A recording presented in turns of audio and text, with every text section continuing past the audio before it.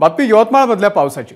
यवतमाळमध्ये जोरदार पाऊस सुरू असून नद्या नाल्यांना पूर आलाय। पूस नदीला आलेल्या पुरामध्ये एक टँकर वाहून गेलेला आहे, तर रात्रभर झालेल्या पावसामुळे बेंबळा प्रकल्पाचे 10 दरवाजे उघडण्यात आलेले आहेत। दरम्यान लेवा, हिवरा, पोखरी, खडका या भागामध्ये पहाटेपासूनच जोरदार पाऊस पडल्याने शेतीचं मोठं नुकसान झालंय।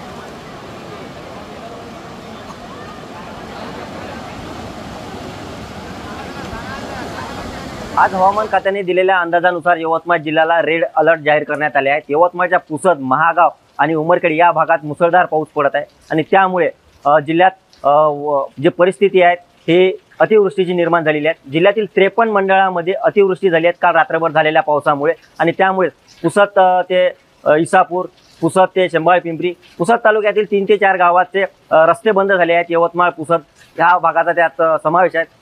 बेंबळा प्रकल्पाचे 10 दरवाजे उघडण्यात आलेले आहेत, तर अदरपूर प्रकल्पाचे हे 6 दरवाजे उघडण्यात आल्याची माहिती आहे। एकंदरीत जिल्ह्यामध्ये अतिवृष्टी परिस्थिती निर्माण झाली आहे आणि त्यामुळे जिल्हा प्रशासनाकडून SDRFची एक टीम सुद्धा नागपूरहून बोलावण्यात आल्याची माहिती येत आहे। एकंदरीत जर पाहिलं तर काल रात्रीपासून जिल्ह्यामध्ये कोसळत असलेल्या पावसामुळे आज जिल्ह्यात रेड अलर्ट असल्याने सर्व विभाग प्रमुखांना जिल्हाधिकारी यांनी मुख्यालयात राहण्याचे निर्देश दिले आहेत। निलेश पाळके, ABP माझा, यवतमाळ।